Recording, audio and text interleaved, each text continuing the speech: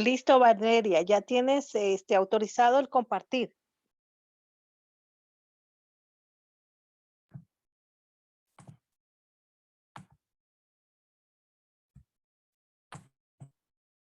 No sé si se visualiza ya. Ya es visible.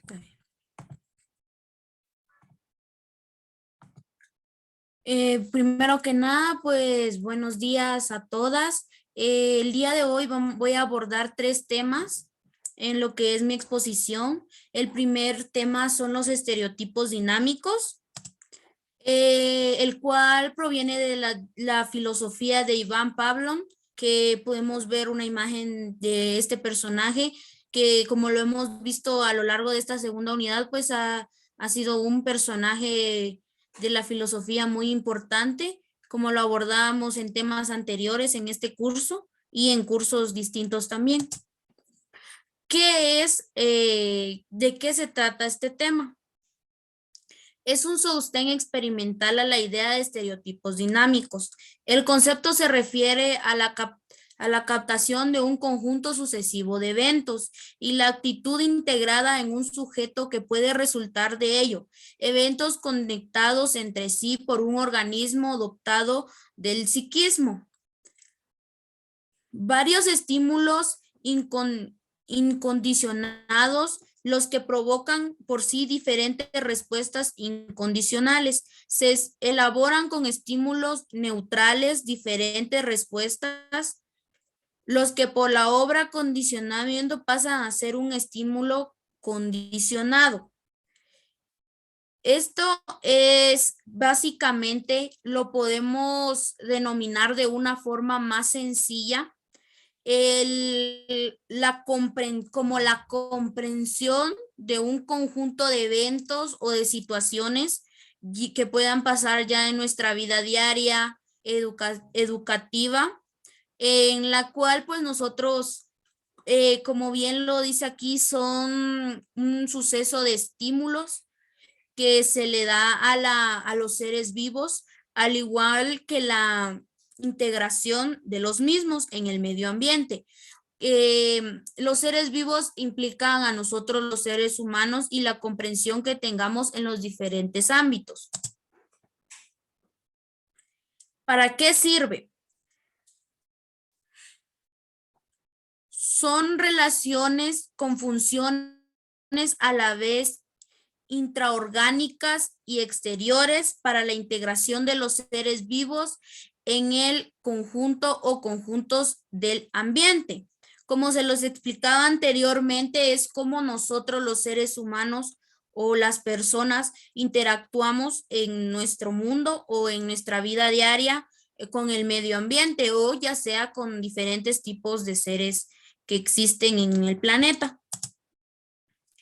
¿Cómo se utiliza en la educación? Con la implementación de un conjunto estable de respuestas motoras, reflejas y condicionadas por parte de un individuo, adquiere en el modelo del estereotipo dinámico ciertas secuencias que le proporcionan funciones posturales y tónicas para la marcha, la escritura y su gestualidad. En la educación se utiliza para tener y dar una mejor estimulación a niños, adultos, jóvenes, todas las personas que están en un área educativa.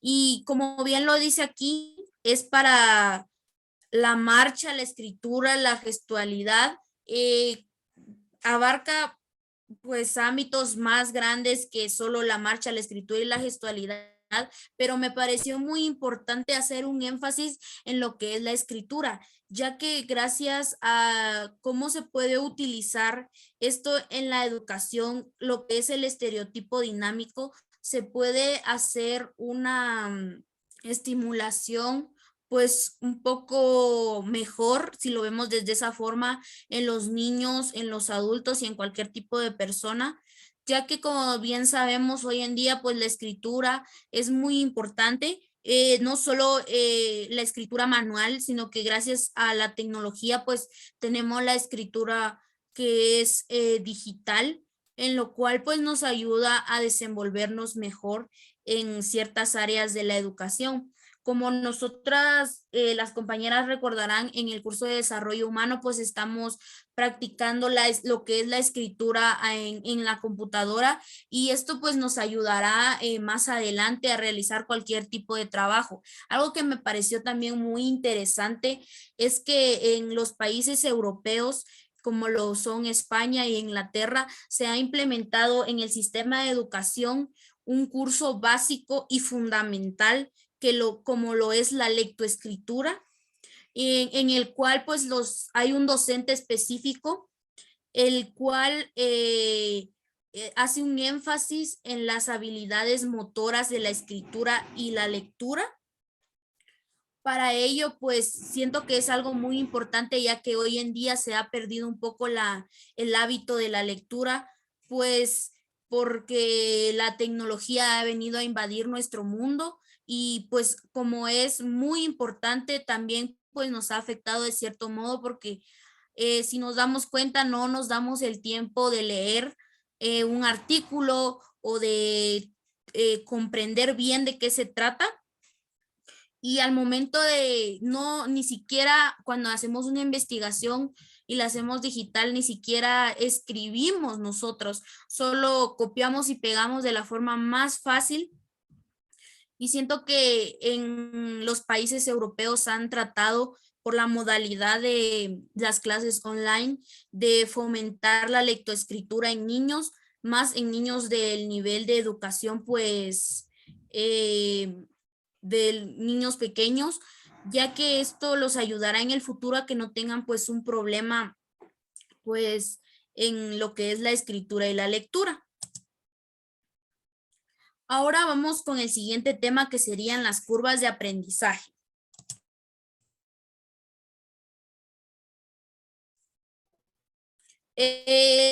Las curvas de aprendizaje surgen por primera vez en 1885 de manos de Hermann Ebbings, un filósofo y psicólogo alemán, que lo utilizó en su obra Über die Gotchis, que pues es una obra muy reconocida. No sé si alguna de ustedes pues la ha tenido la oportunidad de verla, o es impresionante cómo son o qué son.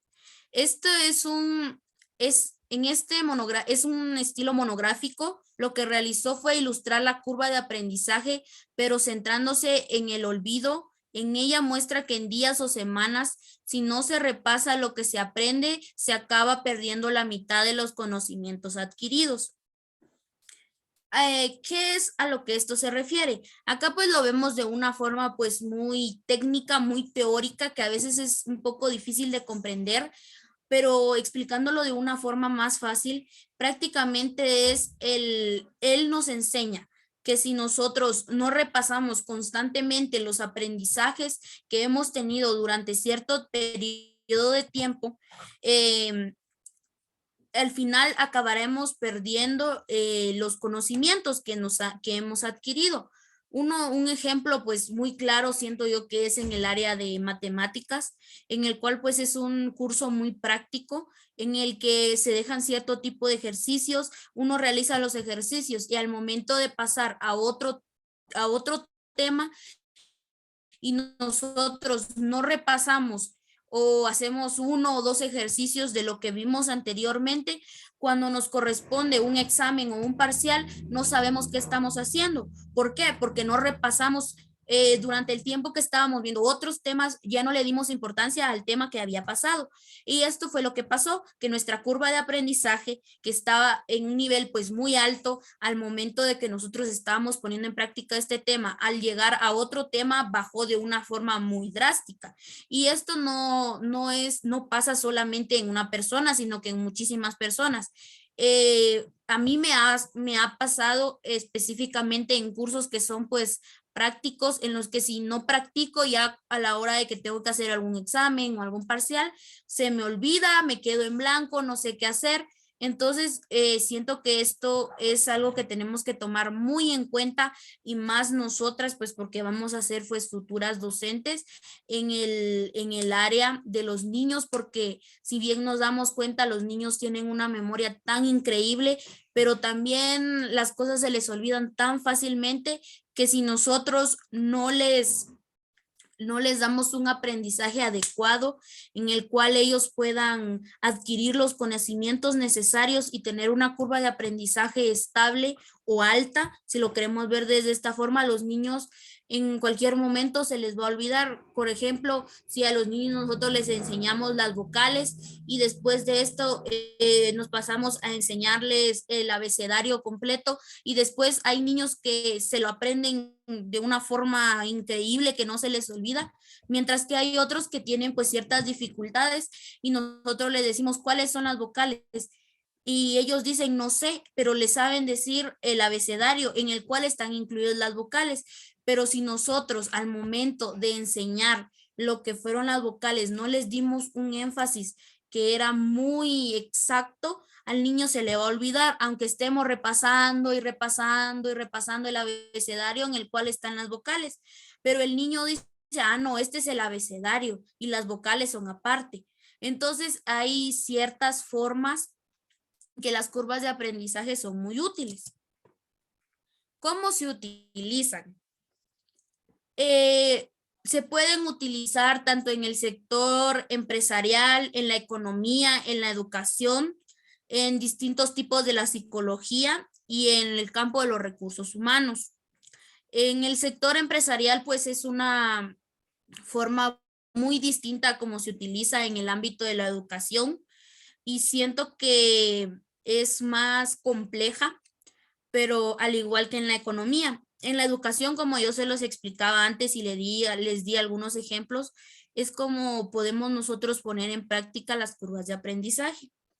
Y en el campo de la psicología se utiliza mucho también para dar o llevar un control de cómo es que el paciente del psicólogo pues está evolucionando, ya sea si tiene algún trastorno psicológico o yo no sé, pueda tener alguna enfermedad que se tenga cura y que con las terapias pues ellos vayan y tengan una mejoría. Entonces el psicólogo hace una curva de aprendizaje, lo podemos decir de esta forma, porque en el sector empresarial y económico tiene otro nombre distinto, pero en la psicología y en la educación son curvas de aprendizaje, al igual que en los recursos humanos. Las curvas de aprendizaje tienen 4 etapas. La primera etapa es la etapa inicial de crecimiento. Es cuando un individuo requiere tiempo y esfuerzo para aprender nuevas habilidades o informaciones. Enseguida se notan los resultados. ¿Qué quiere decir con esto? Cuando nosotros estamos dando a conocer temas nuevos, si lo vemos desde el ámbito de la educación, pues todos tienen una forma y un tiempo para aprenderlo. Entonces, en la etapa inicial de la curva de aprendizaje, que es el crecimiento, es donde el niño o las personas que están aprendiendo desarrollan las habilidades y adquieren las informaciones que son necesarias. Al igual que se notan pues los resultados en un cierto tiempo, no les voy a mentir diciéndoles, ay, los resultados, si hoy enseñé esto, ya mañana yo voy a ver los resultados, porque sería una mentira, porque todos tienen una forma de aprendizaje pues distinta. La siguiente etapa es el crecimiento, en cómo se ralentiza. Poco a poco se puede observar que a una persona le cuesta más aprender. Los datos que se aprenden, las curvas reflejan un proceso de ralentización. ¿Qué quiere decir esto? Esto nos ayudará a nosotras a poder observar cómo es que el niño está aprendiendo, si el niño está captando la idea, si los niños están pues de cierta forma entendiendo lo que les estamos enseñando. Con estas curvas de aprendizaje nos podemos dar cuenta qué niños tienen problemas de aprendizaje y qué niños no. La siguiente etapa es la etapa de la meseta. En este periodo la curva está estable, el individuo no obtiene resultados peores ni mejores, significa que ha conseguido el conocimiento estándar en relación a lo que se está llevando a cabo. ¿Qué es lo que doy a entender con esto?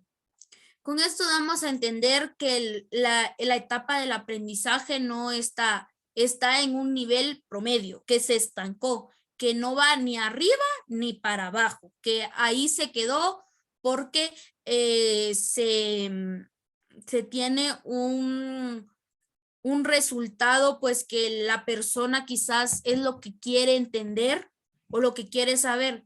Al igual que pues hay personas que no, como les decía, no todas las personas tienen el mismo proceso de aprendizaje y gracias a las curvas de aprendizaje nosotros nos podemos dar cuenta de ello.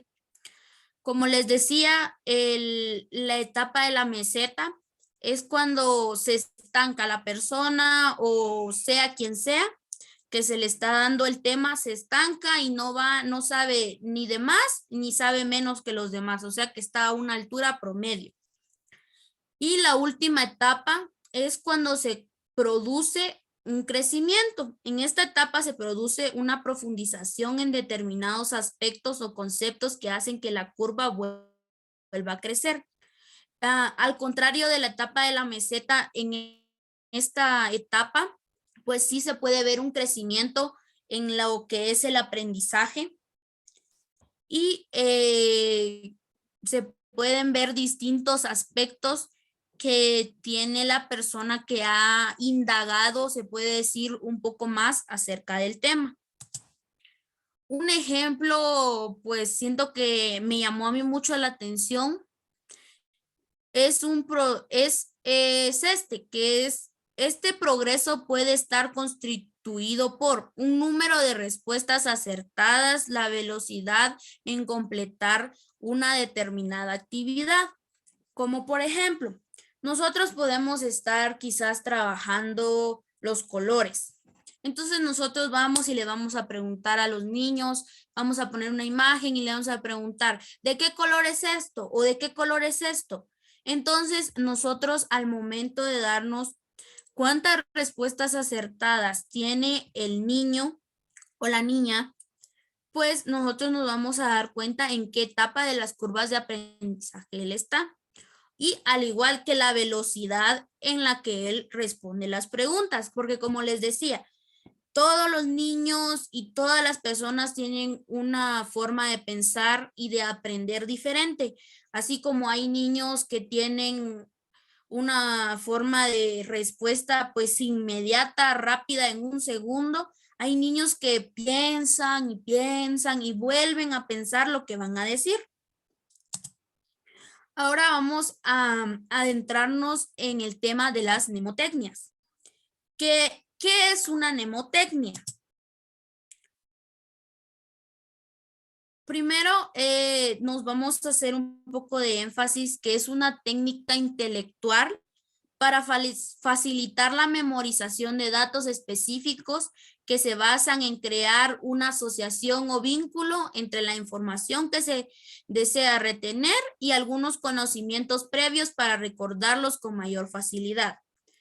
Fácilmente es una técnica de memorización. Si las compañeras recordarán, pues en el curso de comprensión lectora estamos abordando este tema y es un tema pues muy interesante y a la vez complejo y muy útil, ya que con distintas cosas y distintas formas, nosotras nos podemos dar cuenta del aprendizaje que tenemos, de la memorización, de la capacidad que tiene nuestro cerebro para adquirir cierta información. Porque muchas personas tienen la habilidad, porque para mí es una habilidad, de que están pues aprendiendo cierto tema y no sé si se han dado cuenta que hacen con el lapicero y empiezan a tocar algo y hacen un ruido. Y con ese ruido y ese ruido para ellos es algo constante que se vuelve una forma de aprendizaje en el cual las personas que hacen esto, al ellos a volver a hacer el ruido o a hacer la misma, seguir la misma estructura que tenían cuando estaban estudiando, al hacerlo se les viene a la mente las cosas que estaban estudiando. Y esto es algo muy increíble porque no todas las personas tienen la capacidad de hacerlo. Existen diferentes tipos de mnemotecnias, como lo son los casilleros mentales, que como ahí bien lo dice, es generar una lista mental. Como bien podemos hacer una lista de cuando nuestra mamá nos manda a la tienda y dice tienes que traer una libra de frijoles y una libra de azúcar y medio cartón de huevos. Entonces nosotros vamos en toda la calle repitiendo y repitiendo en nuestra mente qué es lo que tenemos que hacer. Y muchas veces pasa que de tanto y tanto repetir, a muchos memorizan la lista y otros se les olvida al momento de llegar a pedirla. Al igual que la vinculación de los recuerdos, la asociación de determinados con las experiencias vividas. ¿Qué quiere decir esto? Que nosotros vamos a asociar pues un cierto tema a algo que nos ha sucedido. Algún viaje, algún accidente o alguna anécdota o algo que nosotros hemos vivido durante nuestra vida. Las oraciones, crear oraciones que nos sirvan para recordar. Como les di, un ejemplo pues de esto es que nosotros al momento de estudiar utilizamos la lectura. A veces muchas personas hacen resúmenes o crean oraciones o con ciertas palabras ellos ya recuerdan de lo que habían leído y dicen, esto es, o es de esto, o hacen una oración en la cual ellos crean cierta familiaridad cuando al momento de leer esa oración dicen, esto es de este tema, esta es la respuesta. Entonces es pues un poco complejo el crear las oraciones porque a veces con una sola palabra uno relaciona dos temas y uno dice, ay no, pero es que esto decía esto, pero esto también lo decía. Y a veces uno mismo pues se llega a hacer confusiones, pero si redactamos las oraciones de una forma muy precisa, pues sí es una forma muy útil para memorizar, al igual que las palabras creativas, que prácticamente son palabras que nosotros nos inventamos o podemos crear o ver en el libro que estamos leyendo para facilitarlo y recordarlo. Es, como les decía, alguna palabra que nosotros digamos, yo esto lo voy a decir porque si yo digo esto me voy a recordar del tema. O si yo invento una palabra que tenga relación con el tema, digo, este es el tema. Esto sirve mucho a la hora de las exposiciones, ya que hay veces que nos bloqueamos los nervios y todo, entonces nosotros decimos, ¿qué voy a hacer? Me bloqueé, estoy en blanco, no recuerdo nada, pero a veces uno crea una palabra que es pues para recordar. Entonces uno dice esa palabra o escucha que otra persona dice esa palabra, entonces se le viene a uno a la mente todo lo que uno ha estudiado. Los relatos. Al que, al que nos haya pasado que nos recuerde al tema. Pues esto es un poco similar a la vinculación de recuerdos, pero esto hace énfasis a algo que nos pasó, algo que recordamos anteriormente, pues que lo podemos relacionar con el tema, como se los decía, algún accidente, alguna anécdota, algún viaje o cosas por el estilo. En las historias.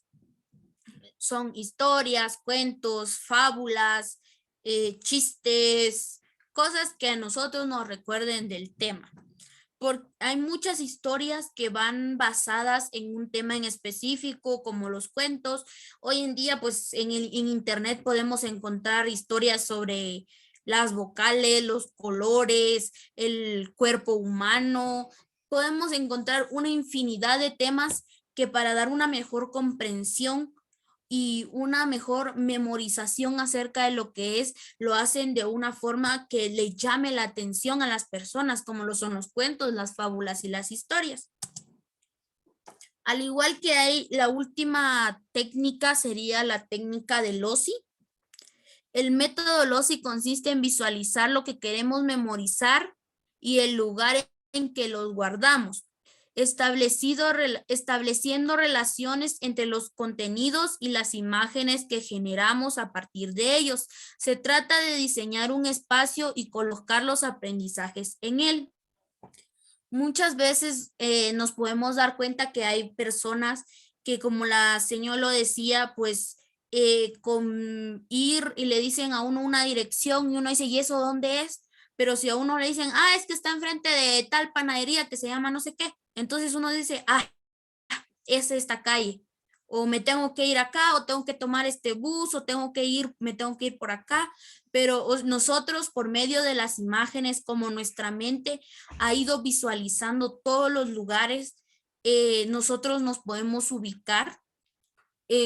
Igual, si leemos un libro y hay una imagen y después nos dicen, váyase y busque qué significa tal palabra, pero no nos dicen en qué página está o en qué página lo podemos encontrar, solo nos pueden enseñar una imagen y decir, por ejemplo, la imagen de un filósofo antiguo y nosotros miramos la imagen y decimos, está en esta página porque yo recuerdo que ahí estaba la imagen de este personaje.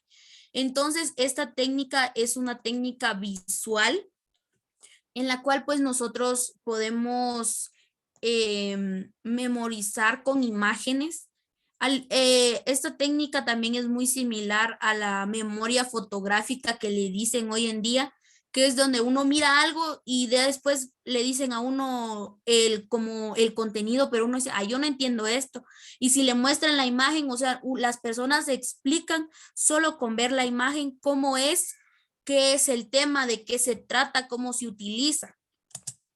Acá pues encontré un video que me pareció muy interesante acerca de lo que es la mnemotecnia, que pues una amiga mía me lo compartió, que es acerca de los pares craneales, y vamos a verlo para que nos hagamos pues una idea de cómo se utiliza la mnemotecnia.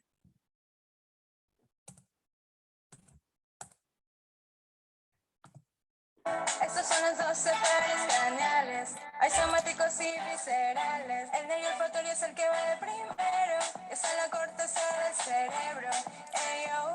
El 2 es el óptico, seguido del 3 que es el oculomotor. Por ahí viene el 4 que es el patético, y luego viene el 5, el trigeminal. Después llega el 6 que es el abducens, que lo encontrarás detrás del puente. El 7 después el 8 vestíbulo coclear, 9 glosofaringo, 10 orgulloso final. Y para terminar, no te debe faltar, es el doceavo par y pobloso va al final. Nunca lo olvidarás, la canción cantarás, los pares aprenderás y no lo vas a pasar. Como podemos observar en este video, pues a los estudiantes de medicina pues les es muy práctico para aprender lo que son los pares craneales, ya que a muchos se les dificulta, y pues siento que es una forma muy interesante de aprender. Si nos damos cuenta al momento de la canción, la relacionan con pues un tema que es difícil. Entonces, nosotros escuchamos la canción y la escuchamos y la escuchamos. Entonces, cuando nosotros nos preguntan cuáles son los 12 pares craneales, nosotros podemos decir, son estos y estos. Entonces, nosotros empezamos a dar la información que nosotros aprendimos de una forma muy atractiva y sobre todo muy divertida de aprender. Al igual que otro ejemplo muy claro es una canción que está relacionada con el famoso ciclo de Krebs, que es un rap que crearon hace años para facilitar el aprendizaje y el entendimiento de lo que es esto, ya que pues el ciclo de Krebs es un tema un poco difícil y muy grande y amplio, y al momento de aprenderlo pues sí llega a ser dificultoso y sobre todo un poco estresante, pero esta persona que creó este rap le hizo, siento que un gran favor a las personas que van a aprender esto, ya que con esto pueden aprenderlo de una forma muy divertida, y aparte de eso, pueden tener una retención y una comprensión muy alta. Y pues llegamos al final de la presentación, y aquí pues quise hacer un poco divertido esto y hacer un certificado para las que participamos en esta exposición, y no sé si alguien tenga alguna pregunta. con lo que es alguno de los temas o alguna opinión o algo por el estilo.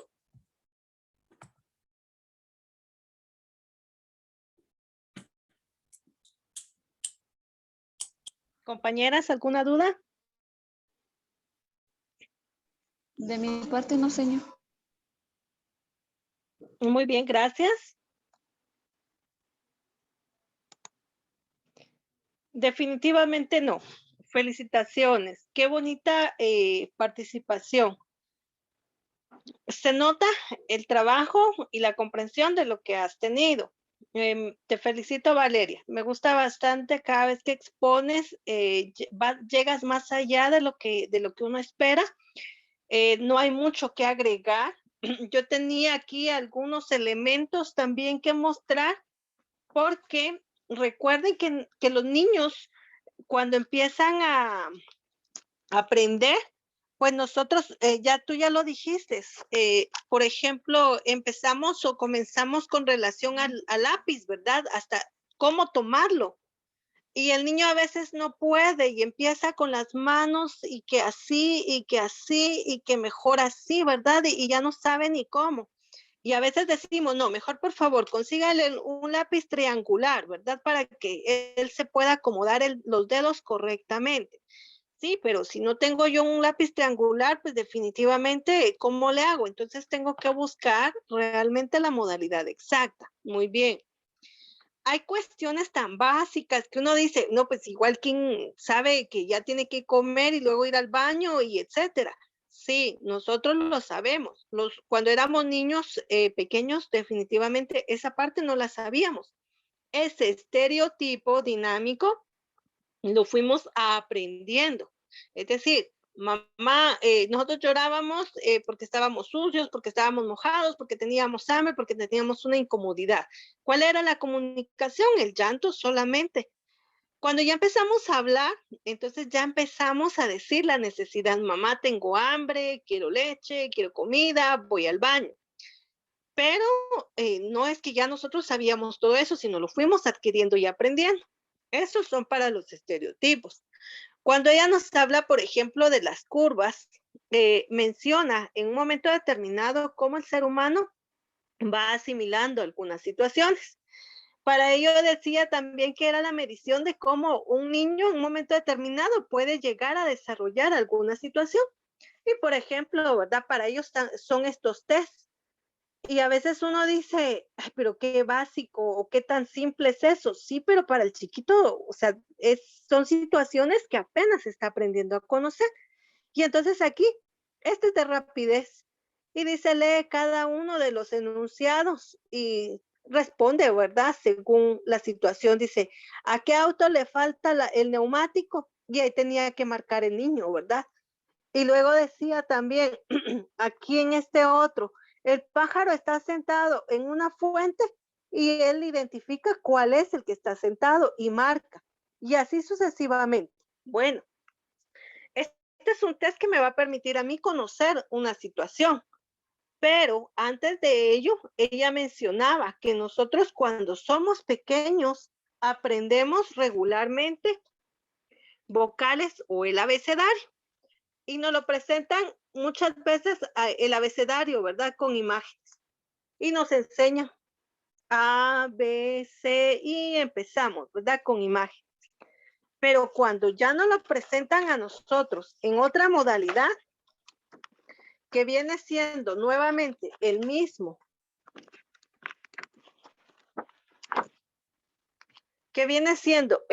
abecedario, muchas veces el niño no lo reconoce. Y ella fue muy clara, fue muy puntual en decir, lo ha visto, pero como no lo presentó de la misma forma, ya no lo reconoce.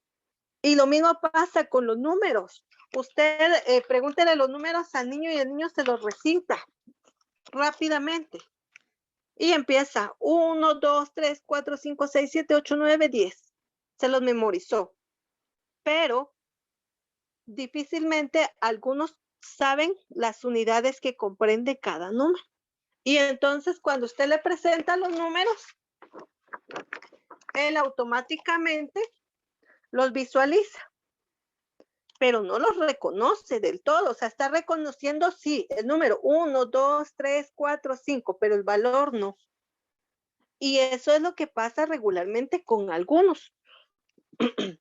Ella habla mucho de la memoria fotográfica y regularmente es la que más expresamos nosotros. Y esa parte de la mnemotecnia es la que viene a facilitar hoy en día el estudio para todos. Hoy en día todos preferimos tener una secuencia de eventos a que nos vuelvan a repetir lo mismo que ya sabemos. A, U, E, I, O. Y luego las combinaciones, ¿verdad? Que nosotros manejamos regularmente. Ay, no, pero así no se me va a quedar, señor. Mejor muéstrame unos dibujitos, ¿verdad? Porque solo letras me cuesta un poco. Entonces, mejor muéstreme dibujos y posiblemente el dibujo me va a hacer a mí recordar de qué me está hablando usted. Y es lo que regularmente nosotros hacemos y manejamos. Y hoy en día les decía que dentro de la educación algo nuevo siempre va a ser tendencia. Ya ustedes en enfoques van a saber qué es la tendencia, qué es un enfoque, qué es una teoría. Todas aterrizan en lo mismo. Es algo nuevo que se establece dentro del sistema educativo. Claro está, en cualquier elemento, ¿verdad? Pero nosotros lo estamos enfocando en lo que es la educación. Entonces se vuelve tendencia porque ese elemento nos viene a favorecer para poder explorar y desarrollar un aprendizaje creativo, innovador, práctico para nuestros estudios.